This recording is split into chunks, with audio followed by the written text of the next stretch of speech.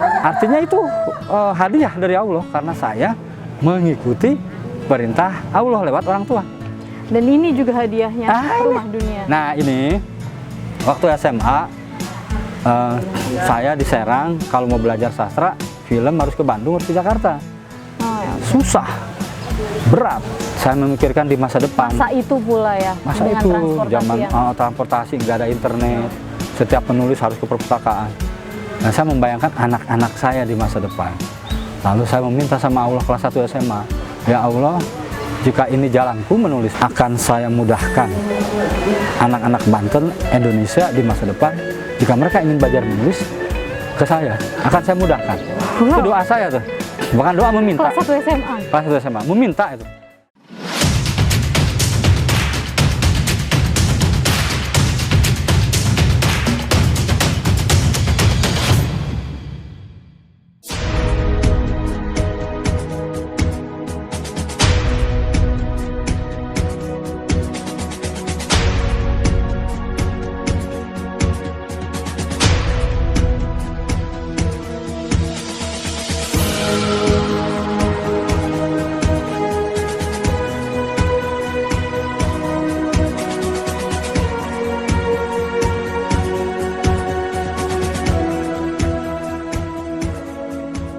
Sahabat Satu Pena TV, kali ini kita sudah berada di provinsi paling barat dari Pulau Jawa, Banten. Sebuah provinsi yang memiliki beragam keunikan. Sebut saja Debus. Bagaimana cara mereka untuk mempertahankan diri dengan kebal dari senjata tajam. Kemudian benteng yang saat ini saya sedang berada di dalamnya. Spillwich, di mana benteng ini dibuat untuk mempertahankan diri dari Sultan Ageng Tirtayasa melalui persetujuan anaknya. Hal ini merupakan kontroversi yang luar biasa dalam sejarah Indonesia. Seperti yang akan kita bahas kali ini, seorang penulis dengan kontroversi yang sangat besar, dengan prestasi yang juga sangat besar, dengan beragam hal yang sudah dicapai yang juga sangat besar. Penulis kebanggaan Banten, Golagong. Satu Pena TV di bawah pimpinan Denny J.A. Golagong, jelajah kata.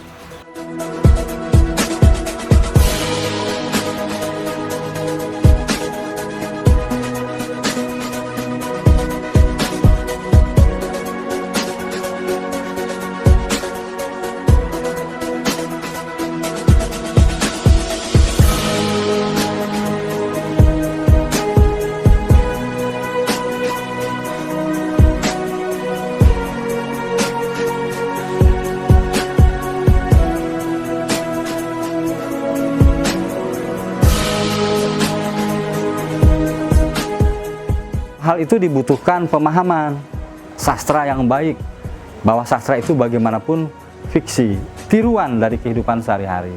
Satu peluru hanya menewaskan satu kepala, tapi kalau satu buku bisa mempengaruhi banyak kepala, bisa mengubah satu dunia.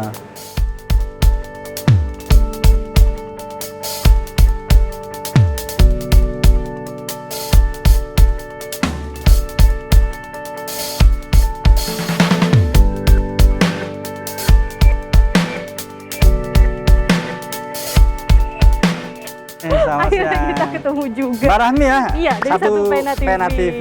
Wah. Rumah dunia, luar Rumah biasa dunia. sekali. Rumahku, rumah dunia, ku bangun dengan kata-kata. Wow.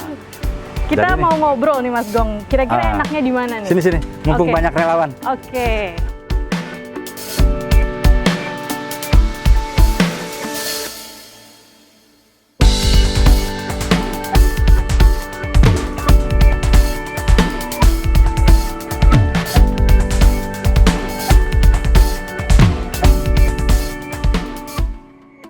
Yasinan di kota baru.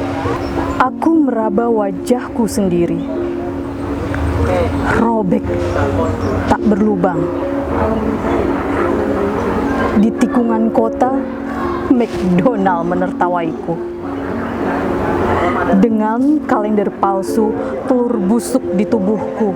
Wanita tua memunguti lelehan beriringan suara orang yasinan menggorengnya di malam Jumat. Wajan berlubang tanpa api, kayu bakar tak ada lagi. Sudah dijadikan Tuhan. Aku pergi ke pemakaman,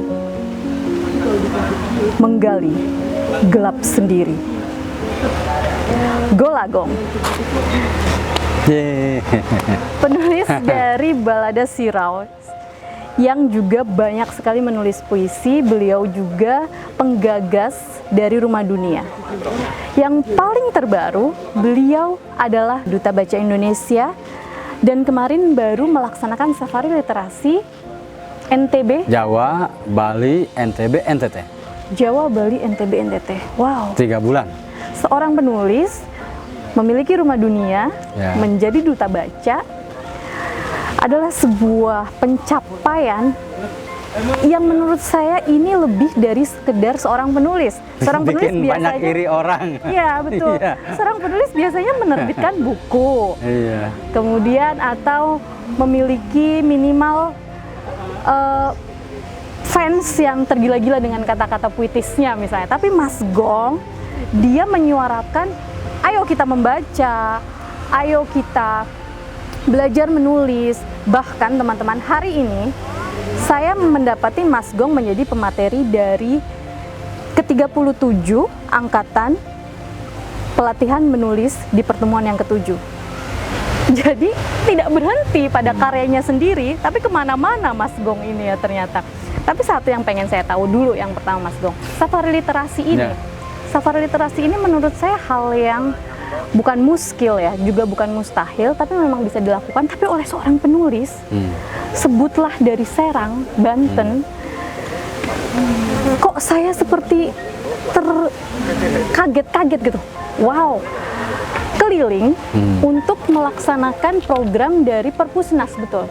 Itu sebenarnya di sana tuh ngapain aja Mas Gong untuk safari? Jadi sebetulnya safari literasi sudah saya lakukan sebelum jadi duta baca. Jadi saya kan hobi traveling ya. Hobi traveling, kalau misalnya datang ke kampung, lalu lagi di kafe misalnya, ada anak-anak muda, saya biasanya datengin, kenalan, saya mengenalkan, saya Golagong penulis. Mereka ya terbengong-bengong, lalu saya dekati terus-menerus, lalu saya tawarkan, ayo ada ilmu menulis nih. Lalu mereka searching di Google kan, ketika oh ya bener-bener, akhirnya buka kelas gratis. Dan itu sering saya lakukan dari sejak tahun 90. Jadi safari literasi yang kemarin dilakukan oleh Perpusnas adalah perpanjangan dari program Mas Gong sendiri. Ya, nah bedanya dulu tuh independen, artinya gini, uangnya sendiri ya kan. Dari istri ada uang lebih nggak, jalan. Kadang-kadang sekeluarga pakai mobil sendiri misalnya ya. Terakhir itu saya sekeluarga Lampung sampai Medan. Itu ngajarin keempat anak saya mengenal transportasi umum agar kepekaannya ya. Jadi bawa ransel masing-masing dari mulai Lampung jalan, lalu saya sebarkan di internet. Nih kami sekeluarga pakai label Generasi Jaguar. Ya, nah terus siapa yang mau bikin kegiatan bersama kami, akan saya kasih pelatihan menulis novel. Anak saya yang di Abu Dhabi bisa ngasih motivasi, anak saya yang di Cina bisa ngasih motivasi, istri saya bisa ngasih pelatihan novel anak. Saya bisa ngasih apa saja yang kamu minta, skenario. Alhamdulillah ya saya bisa menulis skenario, bisa memberikan pelatihan buku cerita bergambar dari Dus Bekas untuk guru PAUD. Nah semuanya free, mereka hanya perlu menanggung hotel aja sama makan. Nah itu yang kejadiannya apa? Jadi kalau misalnya Lampung nanti diantar ke Palembang, pakai panitia yang di situ, terus diantar. Dan tidak terasa sampai Medan? Iya sampai Medan. Itu direncanakan atau enggak? Direncanakan misalnya anak saya yang di Cina kapan pulang, anak saya di Abu Dhabi kapan pulang. Ada waktu, oke kita liburan sekeluarga. Kita perlu mensupport anak ketiga keempat, kan itu yang ke-1 kedua. Wow. Nah itu Lampung nggak bawa mobil, kemudian Jawa bawa mobil, saya sama istri gantian. Nah yang Cina nggak balik, yang Abu Dhabi balik. Udah keliling Jawa, sama polanya seperti itu. Lalu bawa relawan. Anyar Panarukan, kerja-kerja Rodi itu kami dekonstruksi menjadi kerja-kerja literasi. Wah, nah itu jalur itu itu jalur Dendes itu ya, pos. Dan itu capacity building. saya bertanggung jawab kepada relawan agar mereka mengenal Indonesia, mengenal karakter-karakter baru. Itu kan bagian dari riset, field research. Nah, cara-cara itu kemudian diakuisisi oleh Perpusnas. Tiba-tiba saya ditawari jadi duta baca. Nah, Safari diubah namanya jadi Safari Literasi, lebih soft. Dan tiba-tiba aktif kepala dinas seluruh Jawa, Nusa Tenggara Barat, Nusa Tenggara Timur sama Bali. Aktif. Jadi saya jadi kayak pejabat. Tapi memang Datang disambut, dikalungi bunga, dikasih, ya pokoknya menyenangkan. Jadi nggak kayak dulu kan harus nyisain duit dari pribadi, sekarang ditanggung oleh dan provinsi-provinsi. Mas Gong ini murni seorang penulis ya? Ya, saya hidup dari menulis. Dari menulis. Ya. Jadi ketika menyisihkan untuk traveling dengan anak-anak itu benar-benar dari hasil menulis? Iya, dari royalti, dari istilahnya dialihwahanakan ke film, ya kan, honor dari skenario film, honor skenario sinetron. Udah dari situ, makanya Rumahku Rumah Dunia ku bangun dengan kata-kata. Memang ini memang murni dari Ikro tadi, Ikro dan kolam itu. Ini jadi pengetahuan untuk teman-teman Satu Pena TV bahwa seorang penulis jangan takut menjadi seorang penulis ya Mas Gong ya, jangan pernah takut.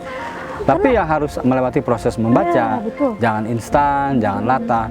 Jadi dimulai dari keinginan untuk mengajarkan kepada anak hingga menembus ke instansi sekelas Perpusnas. Safari Literasi kemudian berkembang tidak hanya untuk Golagong dan keluarganya saja, tapi kemudian menjadi Safari Literasi se-Indonesia dari Sabang hingga Merauke ya, konon kabarnya akan seperti itu. Iya. Nah Mas Gong, dari Safari Literasi ini, apa yang Mas Gong dapatkan? Ya, tugas pokok, tugas utama duta baca itu yang pertama kan mengampanyekan budaya membaca dan menulis. Itu dulu, literasi baca tulis. Nah, Indonesia kan menurut UNICEF satu anak harus membaca 3 judul buku setahun. Tapi realitasnya itu ada semacam rasio satu buku ditunggu 90 orang. Nah, pertanyaannya ini tidak ada anggaran atau tidak ada penulis? Rupanya tidak ada penulis. Karena penulisnya itu saja. Ya? Indonesia kekurangan penulis? Saya berasumsi seperti itu. Nah, saya sudah dari Sabang sampai Merauke, saya membaca buku-buku yang diterbitkan di sekolah, misalnya oleh satu komunitas. Nah, saya baca banyak kesalahan elementer di situ. Menulis puisi, saya dulu kuliah di Fakultas Sastra. Jadi ada semacam levelitas gitu ya. Nah, ini yang di grassroots ini semangat menulisnya banyak, tinggi, tapi cara menulisnya harus diperbaiki. Nah, saya adalah contoh best practice bahwa saya bisa berdaya itu dengan buku. Nah, dengan Safari Literasi saya beritahu kepada orang-orang, terutama dari level SMA ke bawah sampai SD, memberitahu ke mereka bahwa ada satu cara untuk sukses tanpa perlu mengeluarkan uang, yaitu membaca buku. Saya contohnya, kalau nggak punya uang, datang ke perpustakaan, datang ke taman bacaan, datang ke perpustakaan desa, baca buku, habiskan itu buku-buku yang ada di sana. Nah, lalu saya kasih tahu ya, saya contohnya berkembang. Jadi intinya saya sebagai contoh nyata bahwa saya bisa berdaya dengan buku. Nah, saya ajari mereka menulis. Nah, di beberapa kota sudah ada yang mulai menulis outputnya ya, menulis buku, ada yang antologi, ada yang sendiri. Nah, itu sebetulnya Safari Literasi. Jadi yang saya dapatkan adalah akar masalah. Kenapa kita selalu dihakimi memiliki budaya yang rendah dalam hal membaca dan menulis. Perpusnas sendiri lewat Pak Muhammad Syarif Bando menolak itu, bahwa kita bukan bangsa yang rendah dalam hal minat baca dan menulis. Yang ada, yang kemudian saya temukan memang akar masalahnya akses buku yang susah ke perpustakaan, jadi belum merata di timur terutama. Kemudian distribusi buku yang tidak merata ke daerah timur. Baik. Itu berarti yang saya temukan. Permasalahannya bukan orang Indonesia malas membaca. Bukan. Perpustakaan contohnya, ini persoalan anggaran ya. Perpustakaan di beberapa kota sudah mendistribusikan perpustakaan keliling. Nah, ketika itu didistribusikan, mereka beroperasi ke desa-desa, masyarakat saya tanya bosan, bukunya itu-itu saja karena belum diupdate lagi. Nah, buku barunya nggak ada. Nah, kemudian perpustakaan desa juga tidak semua desa memiliki itu. Jadi ketika saya kan safari literasi itu membawa ribuan buku di dalam mobil. Ada yang kami berikan 1 titik 20 buku misalnya ya. Ada yang door prize, mereka luar biasa itu rebutannya. Nah, kemudian solusi dari kami, terutama di Nusa Tenggara Timur, saya bekerja sama dengan Forum Taman Bacaan Masyarakat membuat gerakan 1 juta buku untuk NTT. Nah, kalau satu pena tertarik ini bisa bergabung, karena kami, terutama saya, Duta Baca itu tidak didanai oleh siapapun kecuali dari dana apresiasi dari Perpusnas. Jadi saya akan kewalahan distribusi bukunya, pengiriman ekspedisi ke Nusa Tenggara Timur. Jadi saya menghimbau nih sekalian di Satu Pena TV, yuk kita sama-sama mengumpulkan buku, kirim ke saya. Nanti saya akan distribusikan, saya harus cari donatur. Mudah-mudahan Pak Denny JA tertarik untuk jadi donatur untuk pengiriman buku. Gitu. Wah, ini menarik Kerja banget ya. maraton. Iya, kerja maraton seorang golagong. Menjadi duta baca. Duta baca berarti harus suka membaca. Duta baca Indonesia berarti adalah, bisa dikatakan dia ini adalah orang yang paling suka membaca se-Indonesia. Karena dia Enggak begitu. Jangan. Oh, bukan. Tidak. Yang ingin saya tanyakan sebenarnya adalah Tidak begitu. dari mana minat baca itu aja? Jadi gini, waktu saya ditunjuk jadi duta baca, kan duta baca itu tidak lewat polling like yang banyak, tidak kan? Tidak mendaftar, tidak dilombakan. Jadi itu lebih pada Penunjukan. kepercayaan dari Perpusnas. Waktu saya ditunjuk jadi duta baca Indonesia, saya menolak karena saya tidak sempurna lah. Saya hobi membaca, tapi saya yakin banyak yang bacaannya lebih banyak dari saya, yang lebih gila banyak. Tapi mungkin Perpusnas melihat bahwa ada hal yang tidak bisa dilakukan oleh orang lain, yaitu tadi mungkin jika saya datang, mungkin saya bisa menceritakan kisah hidup saya, mungkin ya. Ketika saya diamputasi tangannya, saya tidak berakhir di satu panti sosial misalnya. Saya bisa memberdayakan diri saya bisa memberdayakan masyarakat di rumah dunia. Saya bisa jadi contoh bahwa menulis memang bisa jadi sumber nafkah saya. Kemudian saya punya komunitas. Barangkali itu yang menjadi pertimbangan dari Perpustakaan Nasional. Nah, kalau saya representasi dari barangkali saya contoh baik dari kebiasaan orang membaca. Betul. Jadi kan ada dua nih, academic writing, creative writing. Ada orang yang membaca untuk mengejar karir atau mengejar gelar. Kalau saya untuk bersenang-senang. Jadi gitu, mungkin perbedaannya. Sehingga lebih populis lah, lebih mudah orang jelas gitu. Ya, paling tidak memang Mas Gong ini menyukai membaca. Iya. Nah, pertanyaan saya adalah, tidak semua orang suka membaca. Iya. Apa yang membuat Mas Gong suka membaca? Iya. Pasti ada hal yang pasti ada hal men-trigger rumah dunia gitu. Kesukaan membaca itu pasti ada. Jadi berawal ketika saya jatuh dari pohon kelas 4 SD, tangan diamputasi, orang tua saya mungkin melihat anaknya yang tiba-tiba kehilangan tangan, harus mengubah cara mendidik, berpikir. Kalau orang cacat di Indonesia stigmanya memang belum baik waktu itu ya. Pasti banyak yang menstigmakan menjadi pengemis, peminta-meminta, beban masyarakat. Nah, orang tua menginginkan saya tidak seperti itu, harus berdaya. Jadi saya disarankan melakukan 3 hal.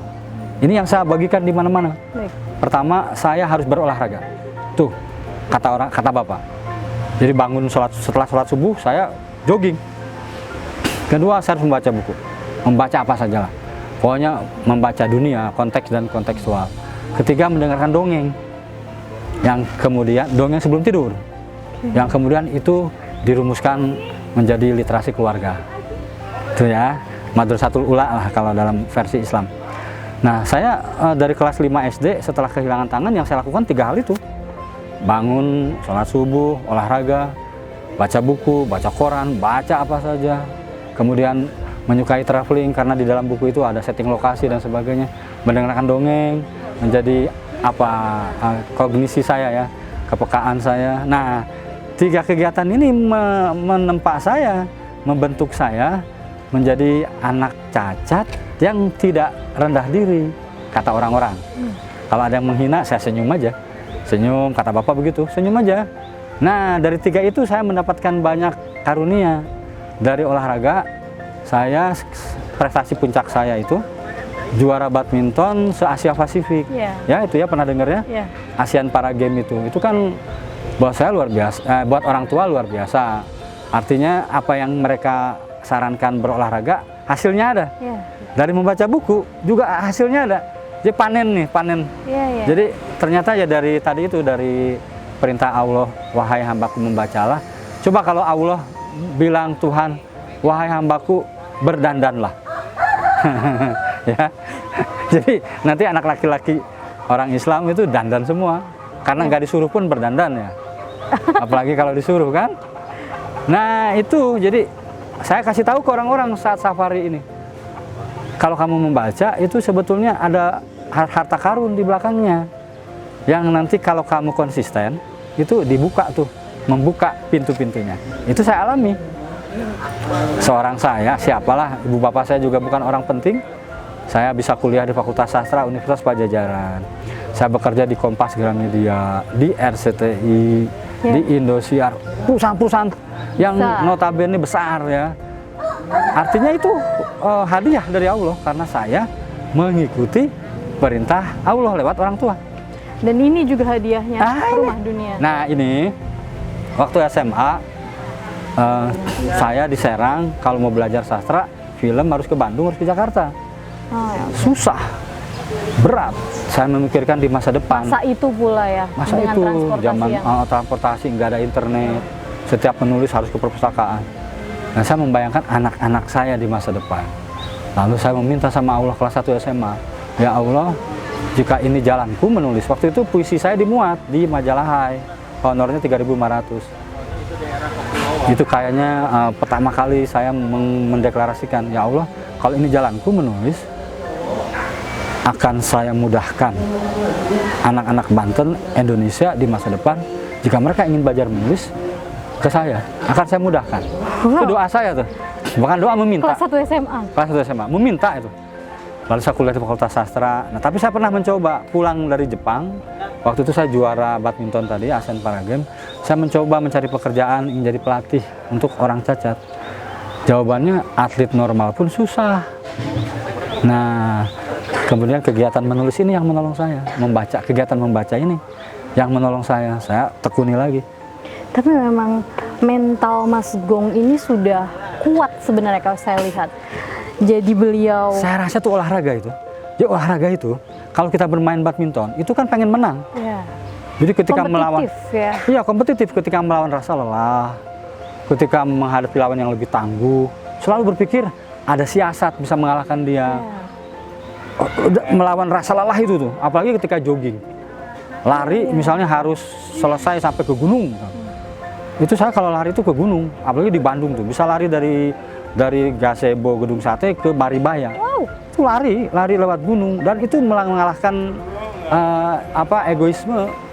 Jangan istirahat. Kalau istirahat gagal.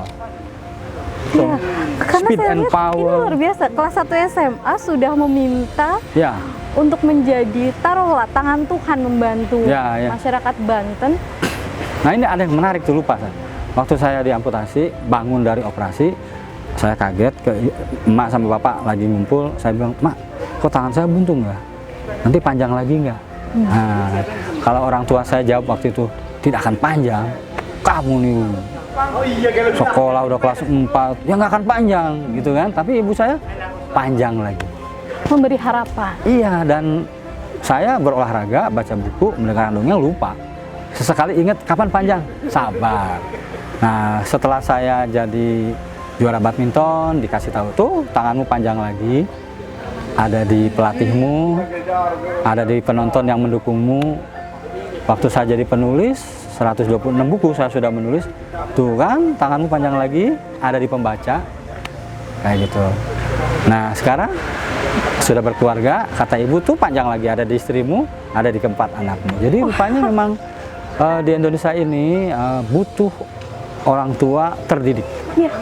Agar ketika dia mendidik anak, betul. Dan orang tua Mas Gong termasuk yang antitesa dari orang tua zaman dulu ya. Iya, bisa. Mas Gong memiliki Bisa dibilang keberuntungan begitu. itu. Ya. Sangat beruntung menurut saya karena Antitesa. Jadi orang menganggap musibah, Iya. aib ya. Iya. Orang tua saya melawan dengan ilmu pengetahuan. Ya betul. Betul. Keberuntungan selanjutnya bahwa ternyata Mas Gong terdidik oleh orang tua yang juga sangat tangguh, memiliki visi yang mungkin sudah satu frekuensi nih orang tuanya. Sekarang seorang yang kemudian merasa tidak memiliki tangannya di mana-mana. Ya. Dikatakan buntung ternyata memang hanya fisik ternyata, hanya sebatas di diri Mas Gong sendiri, tapi ternyata bahwa Mas Gong memiliki banyak sekali perpanjangan tangan, entah itu melalui siapapun. Dan ini yang menarik, Mas Gong bahkan tidak sama sekali merasa bahwa ini kekurangan. Sudah backpacker, nyaris keliling dunia ya Mas Gong ya. Menulis 126 buku, Ya. mendirikan Rumah Dunia hingga menjadi duta baca. Sekarang saya dengar program dari Rumah Dunia akan diinisiasi juga di Nusa Tenggara Timur. Nusa Tenggara Timur. Kita bekerja sama ya. Bekerja sama. Hal yang tidak bisa dilakukan sembarangan orang, tapi bisa dilakukan jika memiliki keinginan yang gigih. Dan didukung oleh seorang istri yang luar biasa juga kalau menurut saya. Ya. Sahabat Satu Pena TV, kita akan tahu dari mana sebenarnya kegigihan Mas Gong ini berasal selain olahraga dan membaca buku. Ada seorang istri, juga 4 orang anak yang mendukung karirnya. Tidak pernah mengeluh. Mas Gong ini hanya seorang penulis ya. Tidak memiliki pekerjaan selain menulis. Jadi finance dia benar-benar ada di penulis itu. Dulu sih saya pernah punya pekerjaan tetap ya, dari tahun 88 sampai 2008. Berapa tahun tuh? 20 tahun ya. Iya. Saya bekerja sebagai wartawan di Kompas Gramedia. Masih menulis. Masih pekerjaannya menulis, sampingannya menulis. Terus terakhir di RCTI sebagai tim kreatif lah, senior kreatif. Ya membuat skenario, mensupervisi dan sebagainya. Yang nggak jauh-jauh juga dari passion menulis. Gitu. Nah, tahun 2008 saya fokus. Waktu itu di TV tempat saya bekerja, saya dilarang untuk memberikan pelatihan-pelatihan. Biasanya Sabtu Minggu saya suka memberikan workshop. Tapi rupanya itu tidak boleh karena kadang-kadang dipakai juga hari itu untuk syuting. Ya, Nah, karena gitu. memang biasanya televisi swasta waktunya lebih full. Nah, akhirnya saya mengambil keputusan, saya resign. Saya fokus memilih ini. Wow. Jadi saya Ini extraordinary sekali. Iya. orang tua tapi udah paham. Nah ini keuntungan dari literasi digital. Jadi saya mengumumkan tahun 2008, saya sekarang tidak terikat oleh satu lembaga, satu instansi, satu perusahaan. Saya menjadi manusia bebas. Jika ada yang ingin menggunakan pengalaman saya, silakan. Kapanpun. Langsung. Udah. Penghasilan malah melebihi dari salary di TV swasta itu. Jadi ya saya percayalah akan aku cukupkan, kata Allah kan. Iya betul. Mungkin saya tidak kaya, tapi apabila Mas Gong memang menjalani profesi sesuai dengan passionnya, ya, sesuai dengan skillnya kan. Ya. Wow, saya tidak bisa berkata-kata. Sahabat Satu Pena TV, kita akan tanya. Ini sudah mulai panas sebenarnya obrolan kita ya. Saya ingin tahu Mas Gong ini kan traveling sudah kemana-mana. Ya. Terakhir kali terdekat selain safari literasi. Ya, sebelum pandemi ya. Ya, kemana itu Mas? Jadi sebelum pandemi itu saya tur Borneo sampai Sarawak, Kucing, kota demi kota tuh 1 bulan. Biayanya dari mana? Jadi saya sebar di internet, saya pengen tur Borneo nih.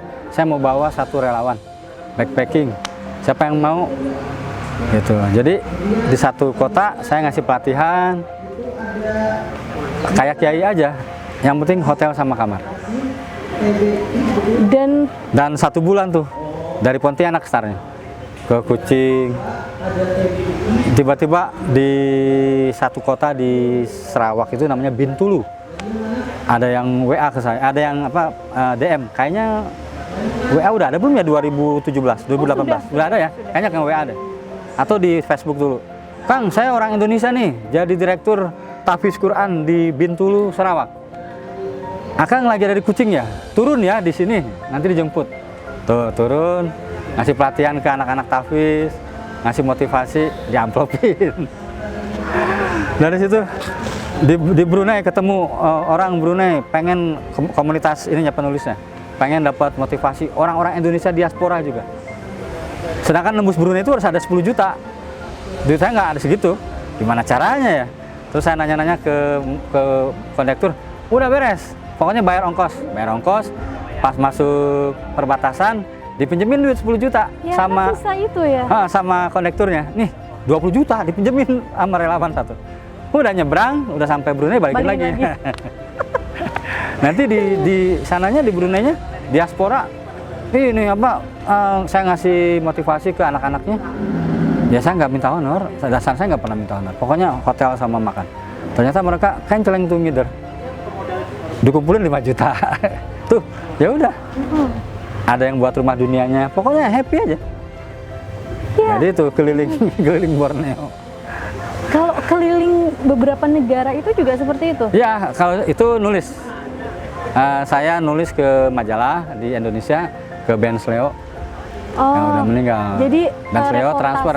Reportase. Travel misalnya writing. Di negara mana? Kirim lewat, belum ada internet kan waktu itu. Ya.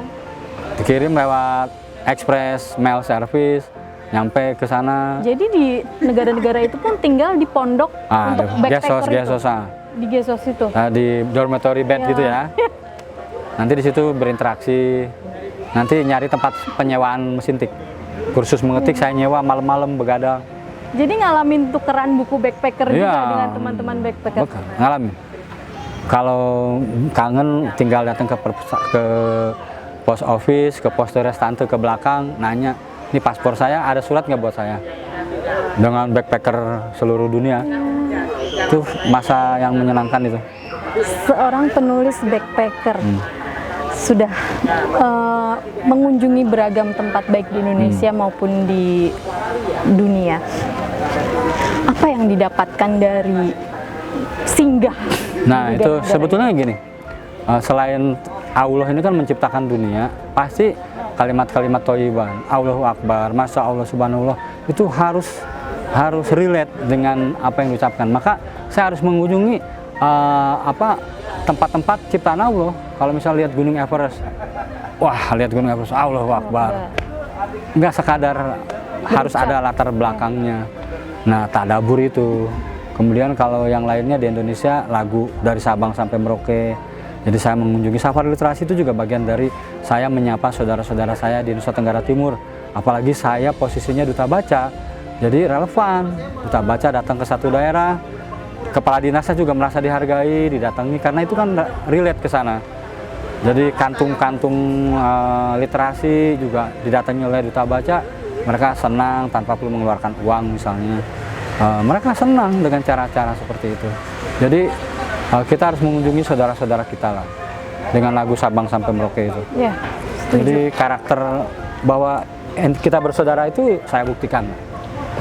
Kemudian Mas Gong, dari 126 buku itu, menulis 126 buku itu bukan hal yang kecil ya. Kalau dengan ilmunya jadi mudah, karena saya mendapatkan ilmu tadi itu yang soal field research, desk research. Jadi kalau kamu ingin menulis, pergilah keluar dari rumah, observasi. Kalau kata Plato kan, menulis itu mimesis, tiruan dari keseharian. Kalau kata Quran, membacalah. Penanya itu samudra, tintanya itu kan. Jadi semuanya udah dituliskan, kita tinggal mengikuti saja. Jadi proses kreatif Mas Gong itu dalam membaca dan traveling. Jadi kalau membaca itu riset pustaka, kalau traveling itu riset lapangan. Menulis Mas Gong dipadukan dua itu? Ya, saya bisa produktif 126 buku karena itu, dengan ilmu itu. Apalagi saya kuliah di Fakultas Sastra, jadi tahulah teknik-tekniknya, teori-teorinya. Penting segala urusan jika dilakukan bukan oleh ahlinya, tunggu kehancurannya. Maka sering saya menemukan orang-orang frustasi, marah pada penerbit, marah pada orang-orang yang menolak karyanya, karena banyak orang menulis novel padahal dia menulis biografi. Dia merasa kisah hidupnya itu layak dijadikan novel, padahal untuk menulis novel itu ada kaidah-kaidahnya. Tuh, menulis puisi juga, orang selalu menganggap karyanya itu adalah puisi, padahal sebetulnya hanya tipografinya saja. Saya juga belum sempurna ya, belum sempurna. Tapi itu cara-cara itu yang saya coba bagikan. Saya juga sebenarnya tidak sempurna, tapi dengan 126 buku berarti 126 karya saya lolos redaksi lah. Mas Gong ini penulis yang senior sekali tapi santai ya, sahabat Satu Pena TV. Dia tidak merasa dia yang paling keren, dia tidak merasa dia yang paling hebat. Dia santai sekali mengatakan saya menulis 126 buku, 126 buku, sahabat Satu Pena TV. Jumlah yang nggak main-main, dan Mas Gong bisa menjelaskan seperti tadi misalnya, ini puisi, bukan puisi sebenarnya, ini hanya tipografinya. Siapa yang sadar bahwa sebenarnya itu bukan puisi, ini Banyak hanya yang kaget, bentuknya saja. banyak yang kaget. Tipografi ya kan? Misalnya saya menemukan sebetulnya dia sedang membuat pernyataan, pengumuman misalnya ya. Tapi saya mencoba membangkitkan semangatnya, coba ditulis ulang misalnya. Misalnya ada contoh begini, wahai ibu kau wanita perkasa misalnya ya. Itu ditulis oleh anak SMA ya tidak layak. Kalau anak SD Ya. masih bisa lah, nggak apa-apa. Tapi kita harus ngasih tahu kalau menulis puisi itu ya harus personifikasi, harus simbolik. Jadi harus tidak dengan kalimat sehari-hari. Siapa yang sangka gitu. bahwa Mas Gong menerapkan metode-metode dan kaidah-kaidah sastra Iya. ternyata dalam menulis? Iya, Saya hanya pikir, saya memakai segmennya buat siapa? Ya, target marketnya buat siapa? Jadi ada yang ada yang ditinggalkan oleh sastrawan ini, yaitu pembaca remaja dan anak-anak. Jadi ada segmentasi yang ditinggalkan oleh orang yang menyebutnya sastrawan ya. Kalau saya disebut penulis aja saya, Iya. karena saya memang menulis. Nah, remaja dan anak-anak ini yang saya bidik. Misalnya ada satu novelis dianggap sampah, dia dianggap bukunya untuk pembantu. Justru bagus itu, pembantu harus diperhatiin. Dia harus dikasih buku-buku yang bermutu, jangan dikasih buku-buku yang pornografi. ya. Kayak gitu, jadi jangan diskriminatif terhadap karya sastra. Baik sahabat Satu Pena TV, kita akan mulai melihat bagaimana aktivitas Mas Gong di Rumah Dunia. Kita lihat apa aja kegiatannya.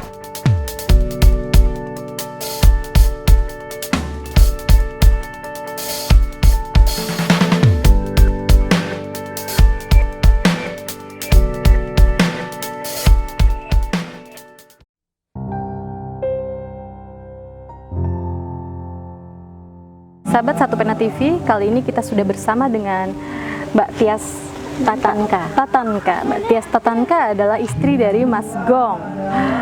Seperti yang saya bilang sejak tadi bahwa Mas Gong bisa menjadi seperti sekarang, salah satunya adalah dukungan dari istri yang luar biasa. Saya sudah bersama dengan istri tersebut. Saya speechless nih Mbak nih. Oh, kenapa? Karena saya mendengar dari Mas Gong bahwa selama ini beliau berkeliling dari satu tempat ke tempat lain adalah dari uang merogoh koceknya sendiri.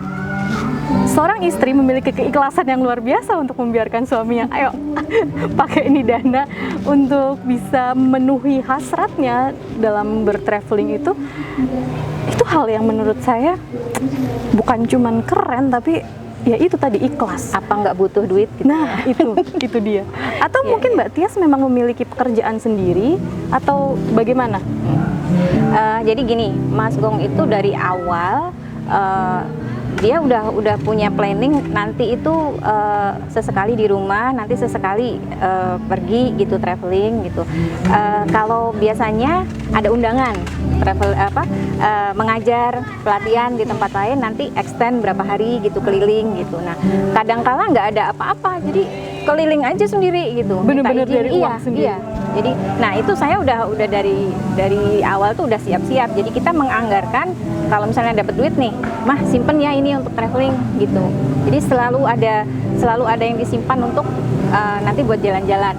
Gitu. Nah destinasinya destinasinya kemana saja kita belum tahu, tapi harus ada budget untuk itu gitu, karena dia nggak cuman sekadar traveling ya, mengajar menulis, kemudian menulis buku juga gitu. Jadi sebenarnya dari kegiatan traveling itu akan menghasilkan uang lagi gitu loh. Jadi sebenarnya kalau saya melarang itu juga jahat sekali gitu, karena itu sebenarnya bagian dari pekerjaan beliau gitu.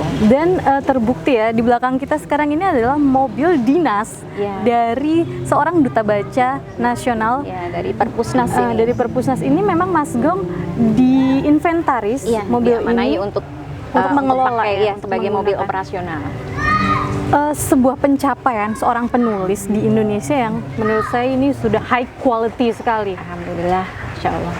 Menurut Mbak Tias, apa yang Mas Gong lakukan selama ini dari awal hingga saat ini itu sebenarnya memenuhi hasratnya sendiri sebagai penulis, atau memang Mas Gong ingin seperti ayo kita harus bagi-bagi nih ke teman-teman yang lain, atau apa sebenarnya tujuan utamanya dari Mas Gong melakukan ini semua? Jadi Mas Gong itu dari awal, dari dulu ya sebelum menikah itu dia jadi minta saya jadi istrinya, itu proposalnya adalah nanti kalau kamu jadi istri saya harus dibolehin untuk traveling, saya harus dibolehin untuk ngajar gitu, terus saya harus dibolehin untuk bikin learning center. Nah, saya waktu itu menerima dan saya cuman minta bikinin perpustakaan di situ. Karena Mbak Tia sendiri backgroundnya adalah Iya, saya menulis. penulis Ya, kan ya? saya tadi ditanya pekerjaan saya apa? Pekerjaan saya menulis gitu. Nah, saya cuma minta satu perpustakaan di dalam learning center itu. Nah, ini yang sampai sekarang Mas Gong masih lakukan. Jadi kalau dia nggak ngajar itu kayaknya ada sesuatu yang hilang. Iya, dia merasa kurang gitu. Jadi dimanapun waktu itu harus digunakan untuk berbagi dengan orang lain. Bahkan setiap kami liburan, itu yang namanya pure liburan itu nggak pernah. Ada hari-hari di mana Mas Gong sharing ilmu. Saya bingung nih antara liburan yang dimaksud dengan kehidupan Iya, sehari-hari. kayak misalnya gini. Karena kan kehidupan sehari-harinya sebenarnya sudah traveling. Sudah. Jadi setiap hari pun kalau misalnya nggak ngajar, itu dia nulis. Iya. Selain menulis, dia akan punya kelas online sekarang. Jadi sebenarnya setiap hari tuh ada saja yang dilakukan, ada saja yang dibagikan. Luar biasa. Jadi kalau kita liburan gitu ke satu destinasi gitu, nanti kita usahain di situ ada TBM nggak, kita mampir ke situ. Karena Mas Gong juga presiden TBM. Iya, pernah jadi ketua umum Taman Baca, Forum Taman Baca Masyarakat. Sebagai istri dari seorang traveler keliling dari tempat satu tempat yang lain, kalau menulis itu sama jiwanya ya, karena Mbak Tias juga penulis, tapi mencolok dari tempat satu ke tempat yang lain itu kadang-kadang ada sebagian perempuan yang merasa tidak nyaman ketika bepergian, backpacker terutama ya. Backpacker itu kan harus tinggal di guest house, kadang-kadang guest hostnya seperti misalnya di Thailand tuh guest hostnya cuma selembar karpet aja misalnya gitu. Ada rasa yang pasti nggak nyaman gitu. Mbak Tia sendiri seperti apa? Memang sudah tahu ya. Jadi kalau misalnya kami punya uang banyak pun nggak akan ngambil yang berbintang kamar ya, nggak akan ngambil kamar yang mewah gitu, hotel yang mewah. Justru mungkin kita perbanyak destinasi gitu. Sempat waktu ke India itu kita pernah tahun 2012 itu selama 37 hari ke 7 negara. Wow. 47 hari ke 7 negara. Itu ninggalin anak-anak masih kecil. Jadi saya dikenalin nebeng di rumah teman, tinggal di hotel yang lumayan enak, sampai ke hotel yang cuma cukup berdua tidur. Itu waktu di Mumbai. Nah, di India itu kalau orang ke India tuh biasanya kan ke New Delhi ya. Iya. Ini enggak, pintu gerbang saya ke India itu Kolkata. Kolkata itu kota yang sangat kotor, yang udah pokoknya dan kita nginep di salah satu guest house yang gelap, yang mungkin pernah ada cerita yang pemerkosaan gitu ya. Itu mungkin kalau saya nggak hati-hati ya, naudzubillah min dzalik, tapi itu memang memang terjadi ya, ada kejadian itu. Mungkin karena waktu itu saya keluar sendiri, jadi Mas Gong ngizinin mau kemana, mau cari sendal jepit, oke boleh ya, 1 blok. Jadi saya begitu datang, saya udah keluar tuh, udah jalan ngitarin blok. Itu ada di emperan itu ada mayat lah, ada anjing kayak gini. Pokoknya udah inilah bau kotanya gitu. Tapi saya belajar dari situ bahwa ada kota yang memang seperti itu, ada yang mewah seperti Mumbai, ada yang kelas dunia seperti Dubai. Jadi itu yang membuat saya ya nggak apa-apa mau tidur dimanapun gitu. Jadi Mas Gong dengan Mbak Tias itu seperti tutup ketemu dengan Insya Allah, bumbunya. amin. Nyambung gitu. Karena Mas Gong ingin apa, Mbak Tias? Oke, Iya, karena kita saya jalanin ngerti aja gitu. bahwa traveler tuh jangan banyak Jangan banyak keinginan yang ya, muluk-muluk gitu. gitu. Yang penting kita aman gitu, di tempat itu aman, nyaman gitu. Termasuk dalam hal mendidik anak yang extraordinary banget ya. Anak diajak jalan-jalan Iya. kemana-mana. Iya. Itu sekolahnya gimana kalau anaknya? Waktu itu homeschooling. Kalau dari kecil sih iya, dari kecil mereka udah ngerasain Tour de Java. Jadi Mas Gong nyetir sendiri dari Serang sampai rumah saya kan di Solo. Jadi Mbak Tias tuh orang iya, saya Jogja. dari Solo. Dia nyetir sendiri. Waktu itu saya belum boleh pegang mobil, nggak boleh nyetir, padahal punya SIM. Jadi perjalanan di ini Mas Gong di setir Mas Gong sampai ke Solo bolak-balik itu dari anak-anak kecil umur 2 tahun 3 tahun baru 2 anak sampai kemudian 4 anak itu mereka udah biasa ya. Terus tahun 2017 itu kami sekeluarga minus yang sulung itu keliling Jawa. Kita bikin namanya generasi Jaguar. Itu jargonnya. Jadi generasi Jaguar itu ada J, ada A, itu ada artinya ada gitu. sih. Okay. Ya. Nah itu yang 2 homeschooling, yang 1 yang dari Abu Dhabi pas liburan. Jadi udah free, nggak ada kewajiban bersekolah. Itu 1 bulan lebih keliling Jawa itu. Jadi mereka lihat kami ngapain aja sih selama jalan itu. Jadi sahabat Satu Pena TV, jika ingin tahu bagaimana mendidik anak di jalan, kita akan tanya dengan Jordi, anak dari Mas Golagong dan Mbak Tias Tatanka ini. Simak ya. Makasih banyak ya Mbak Tias. Sama iya.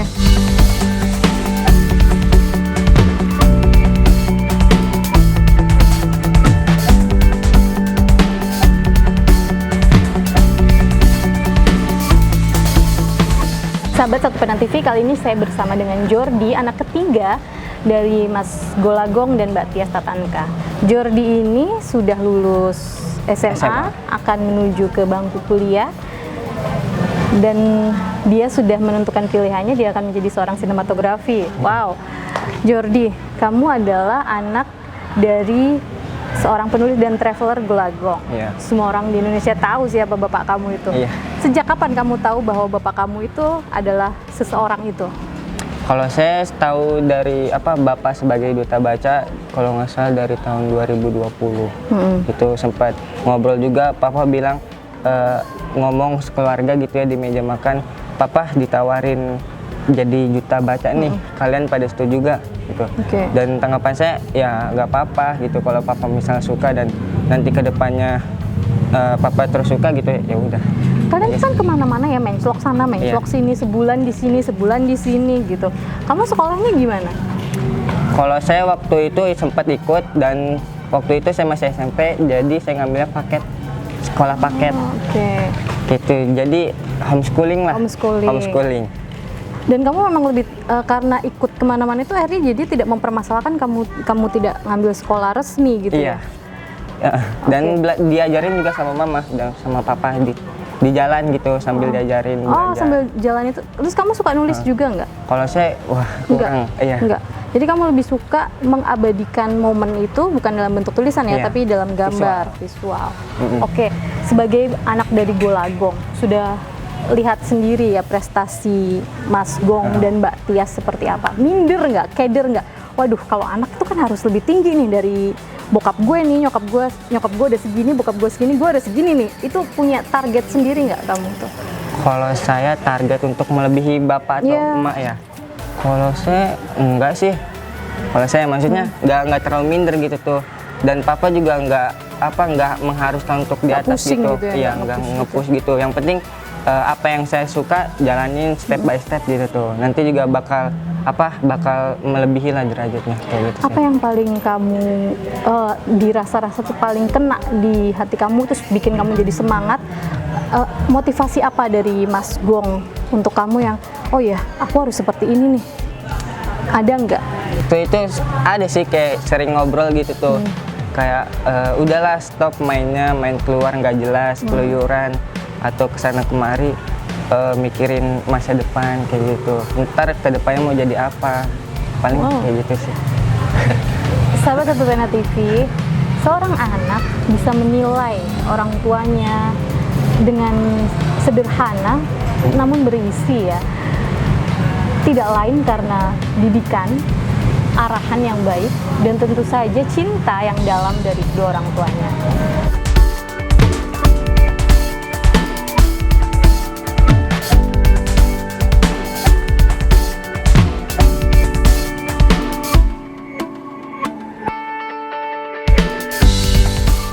Sahabat Satu Pena TV, kali ini saya sedang bersama dengan Taufik Hidayatullah. Dia adalah tim dari Safari Literasi Mas Gong kemarin di Jawa, NTB, NTT hingga Jawa, Bali, NTB, NTT. wow, ternyata lebih banyak lagi provinsi yang dikunjungi ya. Ya.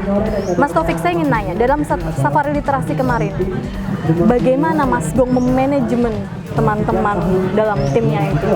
Wah, ini pertanyaan yang mengejutkan ya, karena menurut saya Mas Gong memanage dengan banyak cara, terutama langsung menerapkan atau terjun langsung menjadi atau mengadaptasi ke relawannya.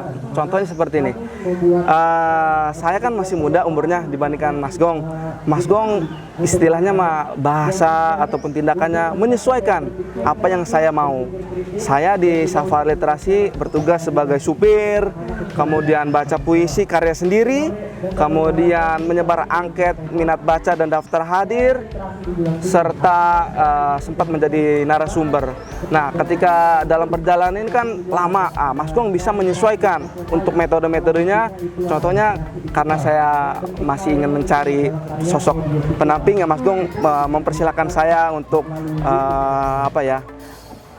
bebas lah berkenalan dengan lawan jenis gitu. Bebas, yang penting ada batasannya gitu.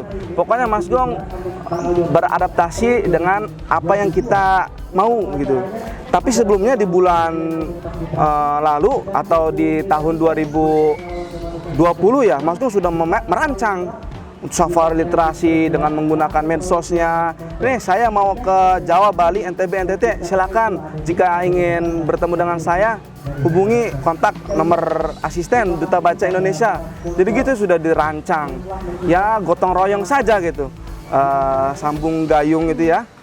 Ada satu kota umpamanya di Kuningan. Nah, di Kuningan ini disambut dengan Dinas Perpustakaan Kabupaten Kuningan, kemudian Forum Taman Bacaan Masyarakat Kabupaten Kuningan. Pegiat-pegiat literasi di sana menyambut. Karena background Mas Gong dulu kan sempat menjadi ketua FTBM di tahun 2010 sampai 2015. Sampai sekarang jadi Duta Baca Indonesia.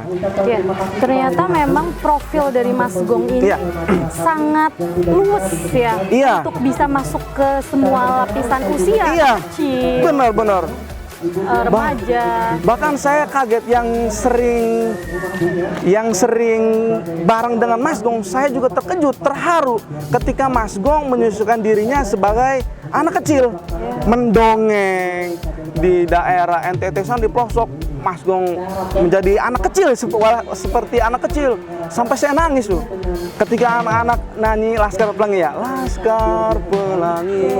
Mas Gong antusias mendongeng tentang ya dirinya, perjuangannya. Sempat di perjalanan Mas Gong nangis. Itu saya tuh terharu. Bayangkan sih suasana nuansanya itu ya. Iya, kalau nggak salah di daerah Sidoarjo, Mas Gong menemukan satu diksi yang membuatnya terharu. Di akuisisi, kalau nggak salah ya, diksinya itu Mas Gong ketika nangis. Itu penonton hening, kemudian ada satu perempuan yang memberikan tisu kepada beliau. Akhirnya Mas Gong kuat lagi untuk menyampaikan, ya awalnya seperti tahun-tahun sebelumnya, sebelum dikukuhkan jadi Duta Baca, Mas Gong kan swadaya sendiri atas dari honor, kemudian dari uang pribadinya lah gitu loh, mobil pribadi, semuanya kan buat gerakan literasi. Kalau hari ini ketika Safari Literasi Duta Bahasa Indonesia, alhamdulillah kita semua dimudahkan. Wow. Ada fasilitas mobil operasional dari Perpusnas RI, kemudian dapat kupon buat bensin di perjalanan, disambut dengan kepala dinas perpustakaan daerah Ya, setempat, bagaikan pejabat. seperti pejabat, kata Mas Gong. ketemu bupati kan. Alhamdulillah, wali kota segala macam. Jadi kami semua merasakan nikmat ya. ya, semangat. Mas Gong sempat beberapa kali menawarkan diri meskipun di jadwalnya sudah selesai. Mas Gong, ya saya malam waktunya kosong. Siapa yang mau memanfaatkan saya silahkan, gitu. Jadi pernah di Lembata kami satu hari 12 kegiatan.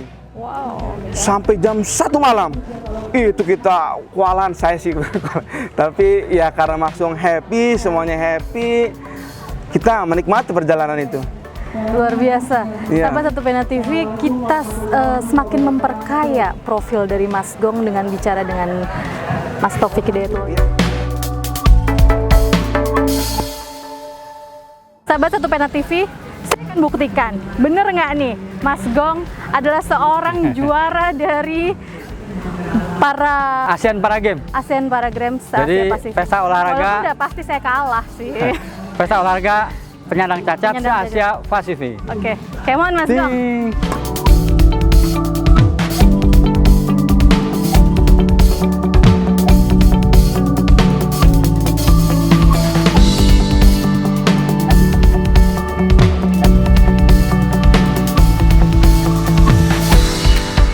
Sahabat Satu Pena TV, seperti yang tadi Mas Gong bilang, dalam hidupnya ada 3 hal: membaca, berolahraga, dan menulis. Kemudian, hari ini Satu Pena TV sudah mendatangi Mas Gong. Akan kita realisasikan apapun yang Mas Gong bilang itu tadi, bahwa olahraga yang telah dia buktikan sebagai juara dari ASEAN Pasifik, dan menulis. Ada hadiah Wah. pena. Wah, pena beneran ini ya. Betul, pena beneran. Jadi pena ini awalnya kan membaca itu sehat, menulis itu hebat. Wow. Dulu di era saya menulis pakai pena. Kita coba kembalikan generasi Z ini menulis dengan pena supaya motoriknya lebih terjaga ya. Siap. Terima kasih Satu Pena. Sahabat literasi, salam literasi.